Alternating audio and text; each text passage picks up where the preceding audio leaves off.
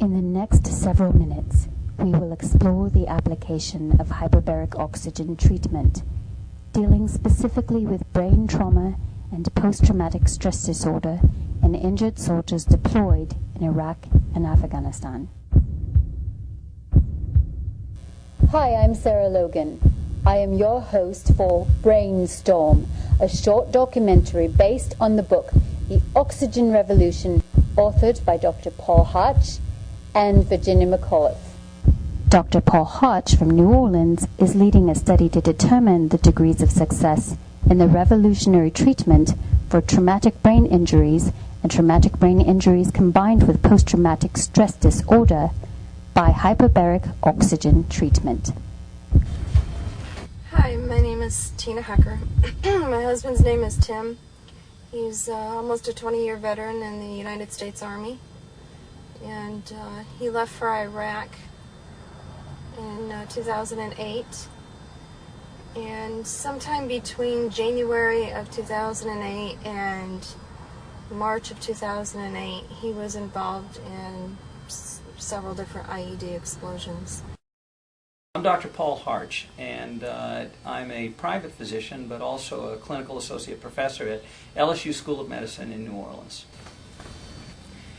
One of the biggest frustrations with this has been the failure for others to appreciate the simplicity of it. And I suppose that's because I've lived this, and it's so changed my life. When this discovery was first made in our divers by me and my senior partner that I was working with on this at the time, I wanted to hurry up and shout this from every mountaintop in the country that we had a treatment for brain injury.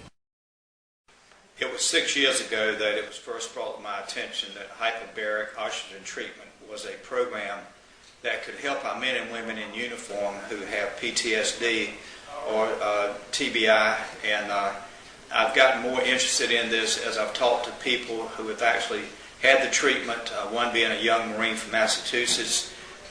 Secondly would be the grandson of Colonel Bud Day, who was a Vietnam war hero, received the Medal of Honor, and his grandson also had been injured in Iraq and has had the treatment, hyperbaric oxygen treatment, and also General Manning, who's a reserve general that was wounded in Afghanistan, a severe head wound, spent over 12 months at Walter Reed.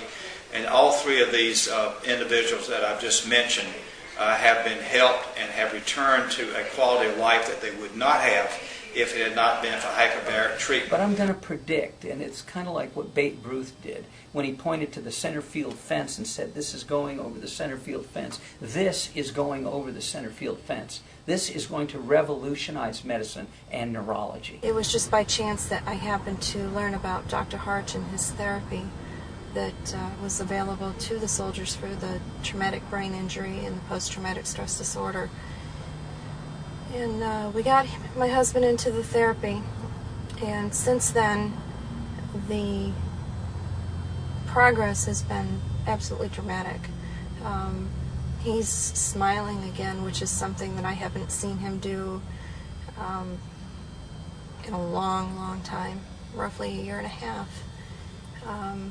He started running again, which is something else that he used to love to do, and just after his injuries, he just couldn't do it anymore. He'd get too tired, or, there again, basically just forget what he was doing. I was dumbfounded. I just couldn't understand this. Here we had a therapy that had been shown to work in a generic way on chronic wounds throughout the body. The brain is no different, except that it's located in a different place in the body. Why could people not accept that this could be a treatment for brain injury when here we have this evidence in the divers and now trauma patients and so on? The beauty of this treatment is that it's reaching wider and wider circles of our society. Today in Washington, D.C., the House Armed Services Committee is meeting, and among their guests is Secretary Gates. A number of the members of the committee, one in particular, whose district is in North Carolina, where the Marines are stationed, is extremely upset over the inability to apply this therapy, even in a compassionate use fashion, to many of these injured Marines. He's going to be talking about this today and reading some statements about what is happening down here. I'm pleased to say at a recent hearing on the Armed Services Committee, I confronted in the hearing with Admiral Mullen and also Secretary Gates, asked me if they were familiar with hyperbaric oxygen treatments, and Admiral Mullen said yes, and in fact he's interested as well as a commandant, Conway. He and his wife both believe that this treatment will help our men and women in uniform who have head injuries. So we'll be meeting very soon, in fact this week, with two representatives from Admiral Mullen's office, and we will be talking about how can we move forward and not continue to study. If the treatment is working and we can verify that it's working, then we ought to move forward with trying to treat our men and women in uniform who have head injuries. So essentially we now finally have some brainstorming in Washington, D.C. on this subject and getting to the heart of the matter and what to this date is possibly the only effective treatment for the residual effects of traumatic brain injury and PTSD. His troubles were even noticeable over in Iraq.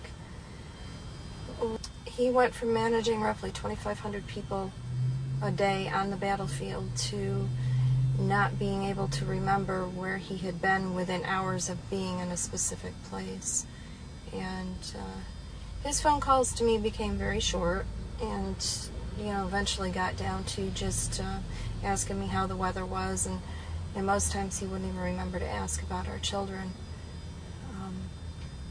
When he came home, he and I have done carpentry work all of our lives, and I realized that he didn't know how to do simple things. He couldn't even read a tape measure anymore. And yesterday, I praised Secretary Gates. I praised the Admiral Mullen for their concern for the injured. And I want to praise you both, as well as the Secretary of Navy and Marine Corps sitting here today.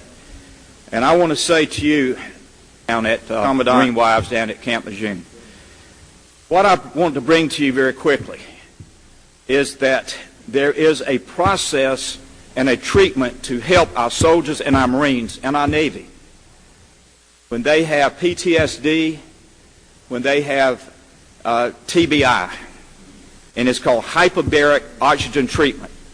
I would like to ask you both, and maybe the Secretary of Navy and Marine Corps sitting there today, I would like to ask you both your opinion, because I will tell you I was pleased with Admiral Mullen. He is going to have someone to come meet with me. He wants to see what we can do to move this study quicker than what it's taken now.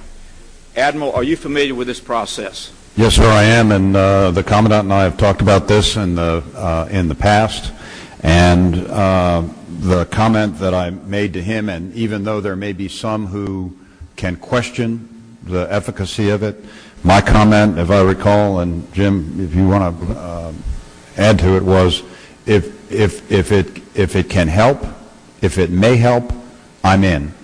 So that's where I am. I believe that we should, for our people, explore every avenue that we can to help them recover from what are really becoming some signature wounds of this war that we're in. So, thank you. Sure. As I travel about, you can imagine a lot of people approach me with this idea or that in terms of how to treat TBI or PTSD. But I will tell you, I have seen none out there that I'm more encouraged by than what I would call at this point the ad hoc results of hyperbaric treatment.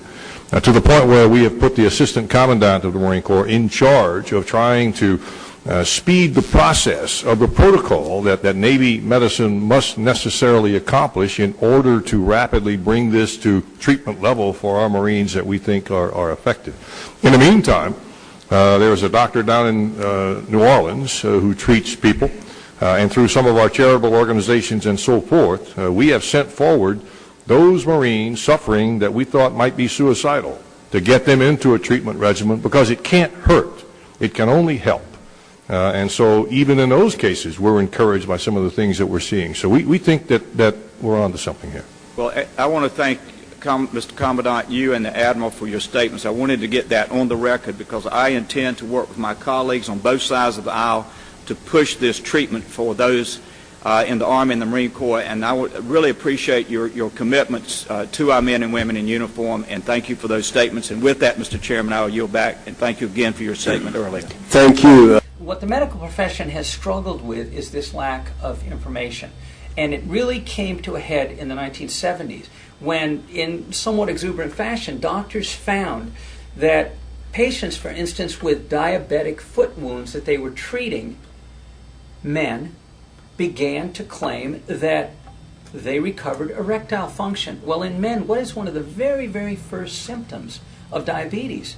It's impotence. And the reason is the very small nerves that control erectile dysfunction and the blood vessels that supply them are diseased.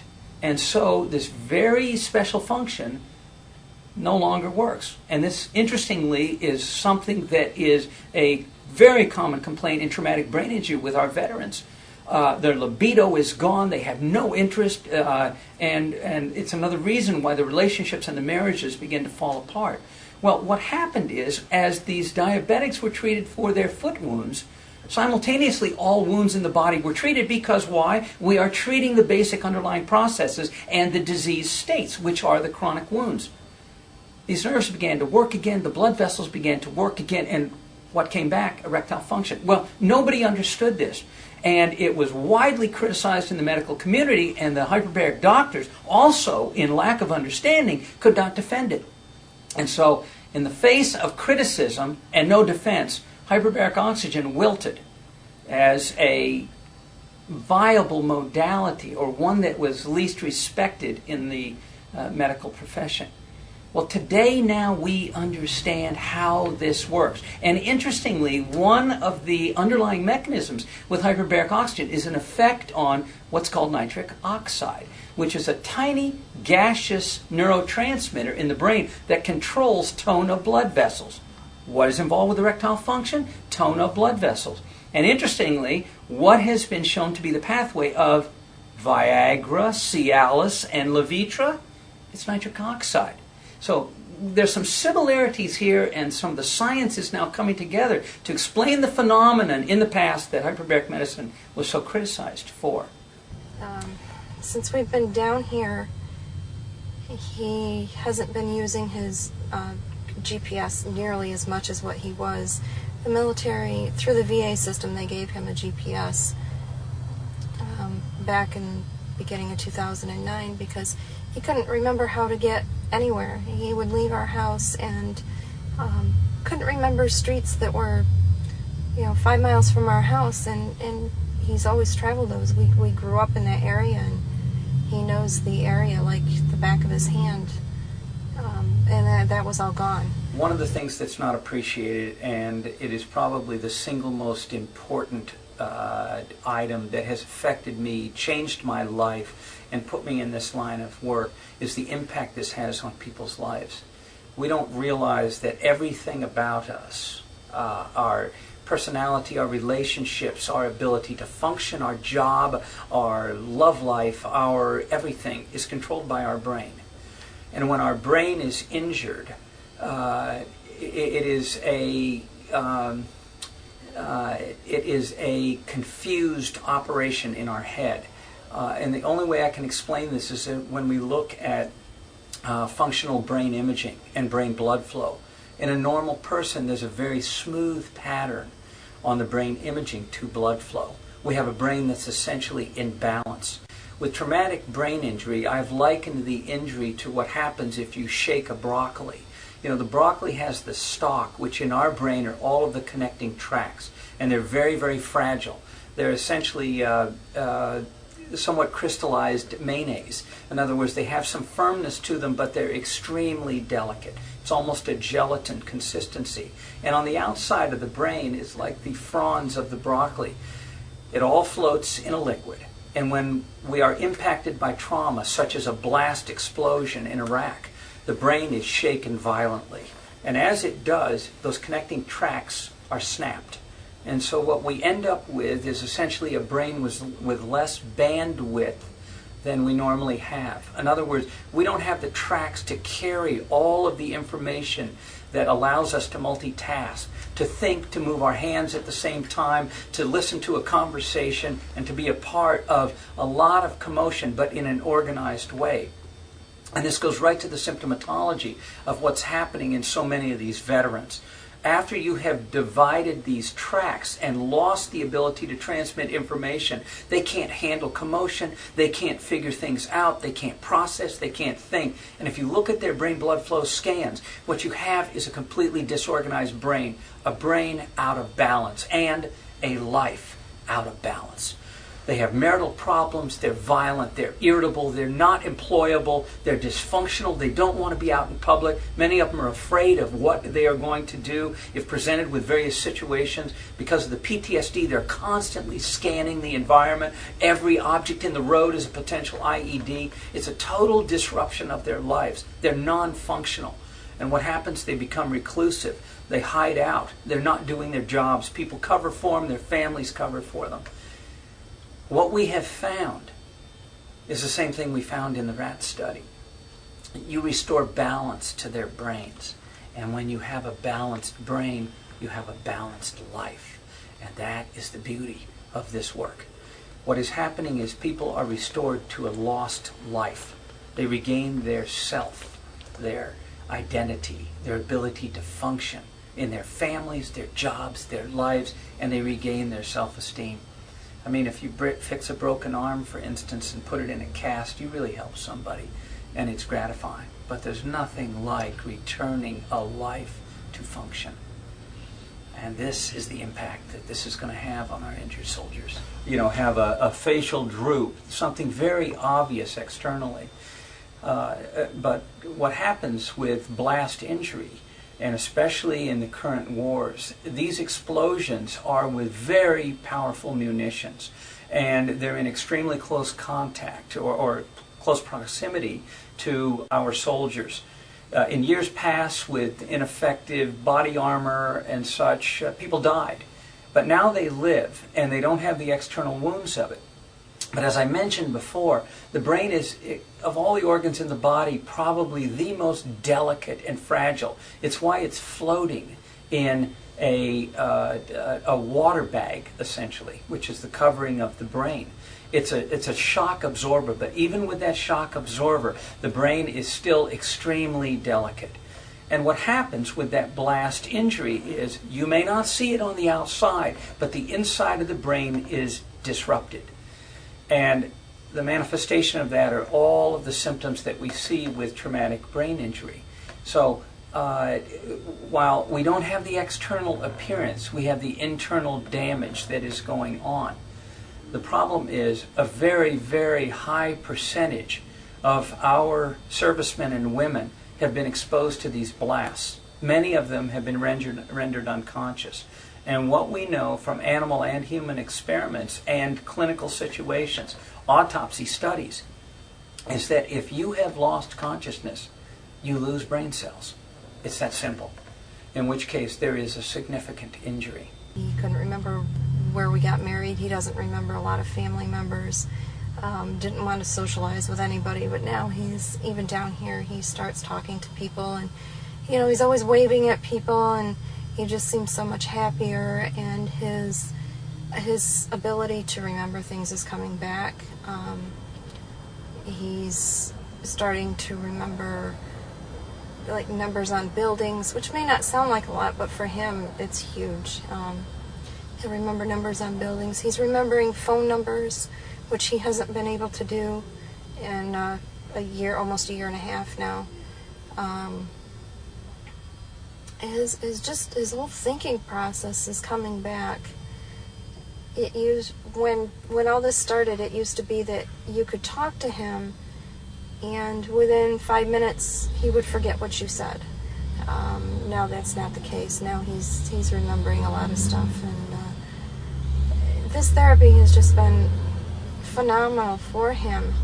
To know that we have to go back home and try to fight with our insurance company and convince the VA doctors that he should come down here to further his therapy, to continue building on what he has gained back right now. The thoughts of that just, it makes me really, really angry. So our big problem now is to educate the public and the rest of the medical profession about this. And simultaneously, the reimbursement sources, for instance, the VA. And one of the problems that goes along with this is that, unfortunately, the studies showing the effectiveness and the benefit of this have not yet appeared in medical journals. There have been selected case reports, one of which I have just had accepted to a journal, and we should have a publication date on soon. Another is an article that is going in on the first group of veterans that I've treated here. But it hasn't been in the literature, and so it's not as well understood by doctors. As a result, for them there is no proof.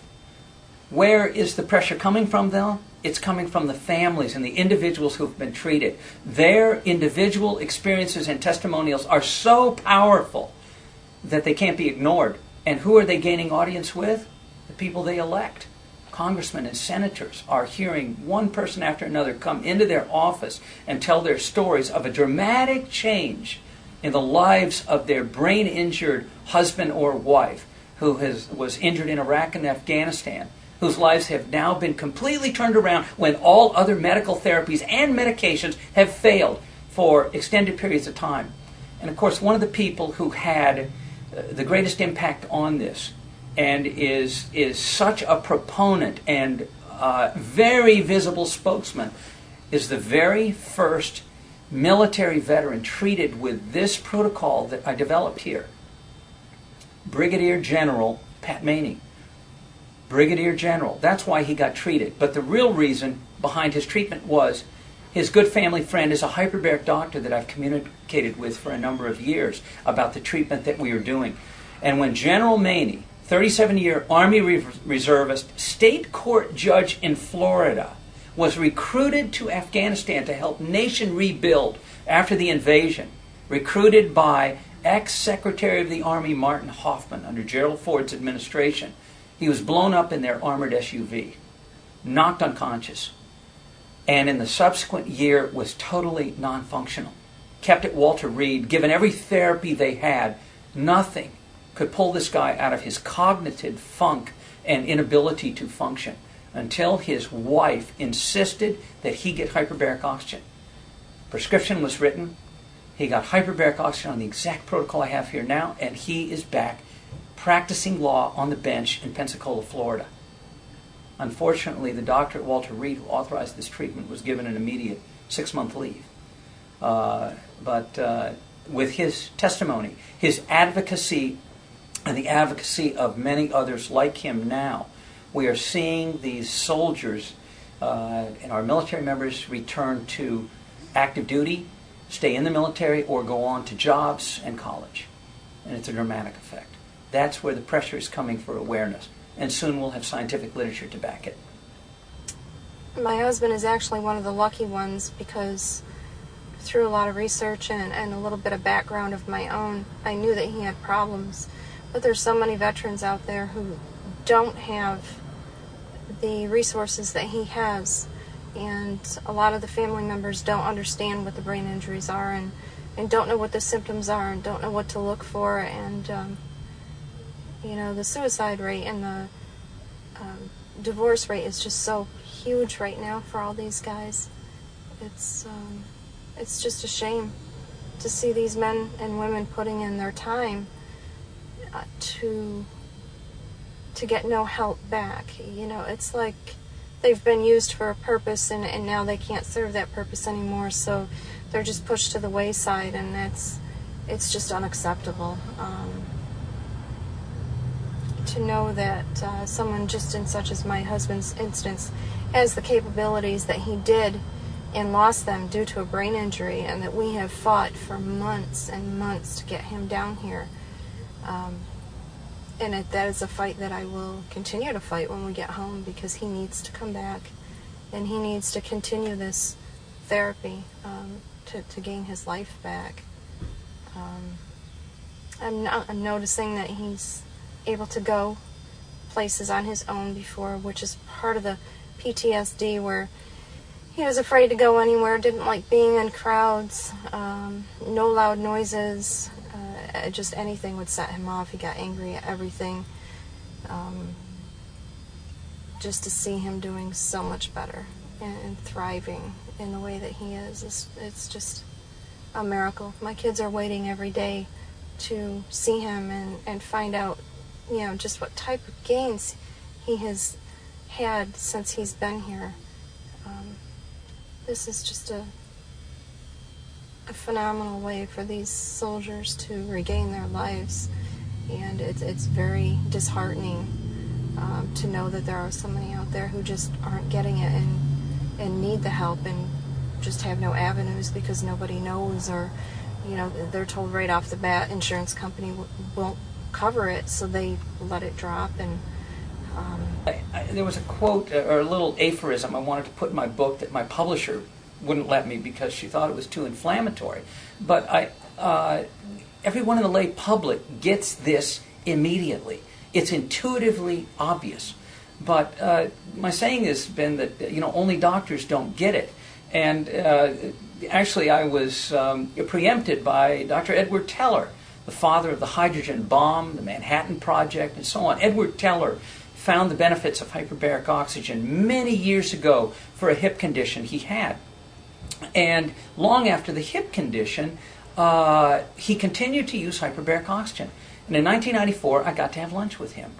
And I sat right next to him so I could ask him the very personal question that, I understand you're continuing to do hyperbaric oxygen. And why are you doing that? And his answer to me was, we have every reason to believe and know that this benefits the brain. And the side effects are minimal. What do I have to lose? Well, he had a stroke in 1995. And Dr. Richard Neubauer sent him a hyperbaric chamber that he began to use approximately 2 weeks after his stroke. He totally recovered from his stroke and used it the rest of his life. One of the greatest benefits of treating these injured guys is the restoration of their family and the integrity of their family, the harmony of their family. When they come back from Iraq and Afghanistan after these brain injuries, many of them are not functional. For the wives, it's like having another child. Their memory is so impaired. One of our veterans' wives has related to us that she has to call him to make sure he got to work, has to call him throughout the day to make sure that he's doing what he's supposed to do, or if he goes out on errands, that he ends up in the right place, doesn't get lost, hasn't left his keys someplace, or has some other type of problem. They're so dysfunctional that they're barely operational in their normal life. And of course, in a family setting, once you have a father who's no longer acting as a father, but is a dependent, it's a tremendous strain on everyone. Couple that with the short-temperedness and irritability, the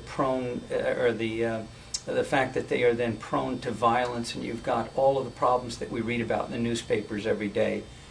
This is compounded by the fact that the medical profession has no treatment for this. Our only approach has been to give prescription drugs to treat the symptoms. And what we medicate these guys with are powerful, powerful psychoactive medications, many of which carry black box label warnings by the FDA that are associated with increased risks of suicide. And what are we seeing? A suicide epidemic in our veterans. So when we treat these guys and you restore them to function, you affect the family in a dramatic way. Their sleep is affected. Many of our veterans are unable to fall asleep. When they fall asleep, they can't stay asleep. They're awakened by terrifying dreams in a sweat, pounding heart. And of course, you wake your spouse up when that happens. One of the first guys we treated, his dreams were so bad they were throwing him out of bed. He'd wake up on the floor. You can imagine now not only a sleep-deprived husband, but a sleep-deprived wife, who, once the husband's gone during the day, if he is gone, she's having to take care of an entire household. It's a tremendous strain. And of course, we haven't even talked about the finances of it. If they're unemployable or not functional at their normal level, family finances are affected in a major way. Medical bills are and can be astronomical, especially if for some reason or another you're out of the service and you haven't been properly diagnosed. You're now on your own, and it can be a crippling situation in many ways.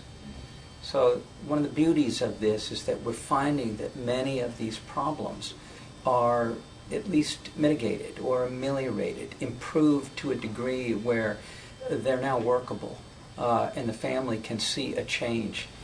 Many of the families, the situation has become so dysfunctional that it's hard to even imagine what things were like in the past when it was normal. Incapacitating headaches, now under control, are gone. In fact, if you read some of the literature on this, put out by Walter Reed Army researchers, one of the primary distinguishing symptoms, there were actually two of them that distinguished traumatic brain injury from PTSD, were the headaches and the pounding heart rate, the palpitations. And in 8 of the 9 veterans that I'm currently reporting the results of our treatment on, they have had a complete cessation or dramatic reduction in their headaches in a 30-day period of time. This alone improves their quality of life in a major way. Half of them have been able to discontinue and or significantly decrease their pain medications and or their psychoactive medications. And with that, they no longer have the drowsiness, the dopey feeling, the spacey feelings that are such a part of many of these medications or the side effects of them. If we think of fatigue, for instance, when you have a brain injury, you have to ask the question, where are RPMs? RPMs of an engine, a car. RPMs are in the engine. Where are they in the human body? It's not the heart. It's in the brain. And when you've had a brain injury, it doesn't matter, stroke, trauma, radiation injury, any brain injury, you knock down people's RPMs, their normal idling speed. And how's that manifest? They're fatigued. They have no motivation. They can't get out and do things. Any activity becomes an aerobic exercise. And what we are finding is that this reestablishes energy metabolism in the brain. We see this in brain blood flow imaging. And with that, they're more active, they're motivated, they now want to get back to their normal lives. It's a fairly dramatic effect. And with it, of course, one of our veterans came down here 2 days after a suicide attempt. He awakened his roommate accidentally, and when his roommate went in to check on the perturbation and noise, which he had no idea what was going on, this veteran was sitting in the corner of the room crying, pistol to his head, safety off, and was ready to kill himself. He managed to help get this guy on the phone with me, and we found out he was eligible for this study and brought him down here. This guy today is no longer suicidal, going back to now the service. He'll be retired very shortly, and he's going to be joining his family business. He has a new lease on life, totally changed. Another one was in the process of getting divorced from his wife. While he was down here, his change in conversation on the phone with his estranged wife was so different, and she noticed this, that she came to visit him. They are now terminating their separation and getting back together. So what we're seeing is not just an effect on symptoms, but an effect on the entire lives of these guys who have been so injured in the service of our country. And that's another beauty of this work. One of the ways that we can look at this, and an analogy that has helped other people understand what is going on in the brain, the storm inside these guys, these men and women's heads, after traumatic brain injury and PTSD, was given to me in an account by a 5-year-old autistic child. This little boy, who was so out of control after hyperbaric oxygen, became more under control, told me that he had alligators and chainsaws in his head. When we looked at his brain imaging, you see a totally disorganized pattern of brain blood flow. And in fact, it was exactly what this child was experiencing. And that is the storm inside the brain of our veterans with traumatic brain injury. It's a disrupted metabolism and blood flow, and something they have absolutely no control over. It is literally a storm inside their heads. And hyperbaric oxygen is calming this storm. What we feel is that the screening process for soldiers who may have traumatic brain injuries isn't nearly enough on the battlefield. More needs to be done to help these soldiers, and my husband has had migraines since day one from injury. And one of the things that we noticed was that they didn't even ask him if he had headaches. And I had to ship him aspirin because he couldn't The get enough single of missing element in so many of the conditions we have in medicine is oxygen. And it's a basic substrate of life. And this is the simplest way to reestablish large amounts of oxygen and change tissues in a way that they can now metabolize better, restore energy function. The information is out there about this, but the lack of acceptance is what is so startling. It's just a shame. We need to get more people down here to see Dr. Harch and give them their lives back. That's the main thing. Just let them have some type of life when this is all said and done. But I'm going to predict, and it's kind of like what Babe Ruth did when he pointed to the center field fence and said, this is going over the center field fence. This is going over the center field fence. This is going to revolutionize medicine and neurology.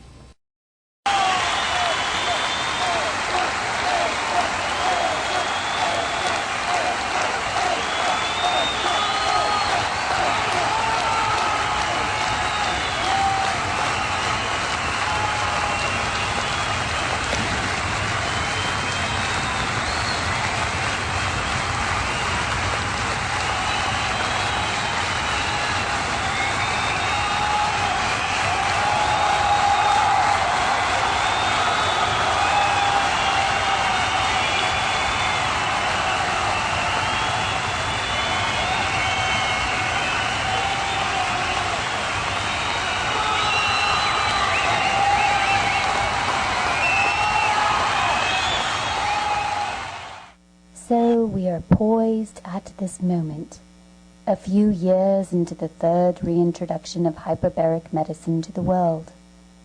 Only you can determine whether we will carry the day this time or have to wait another 40 years for others to try to scale the walls of medical prejudice and overcome the lack of understanding about intermittently saturating oxygen-deprived tissues with oxygen.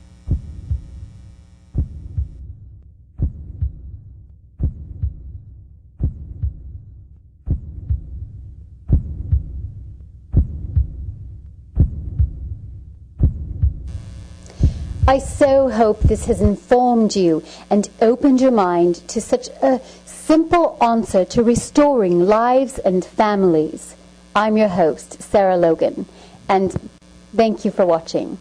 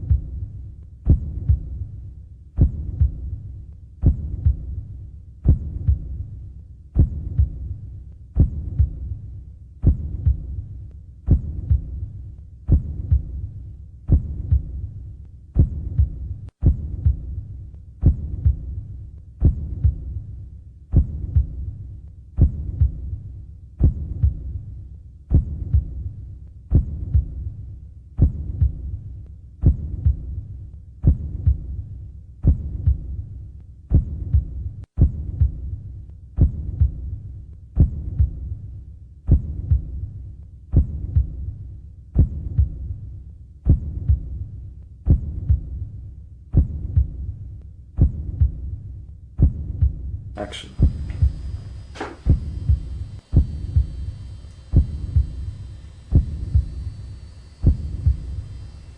Hi, I'm Sarah Logan, and I am your host for Brainstorm, a short documentary based on the book The Oxygen Revolution, authored by Dr. I can't believe I just did an American accent. That's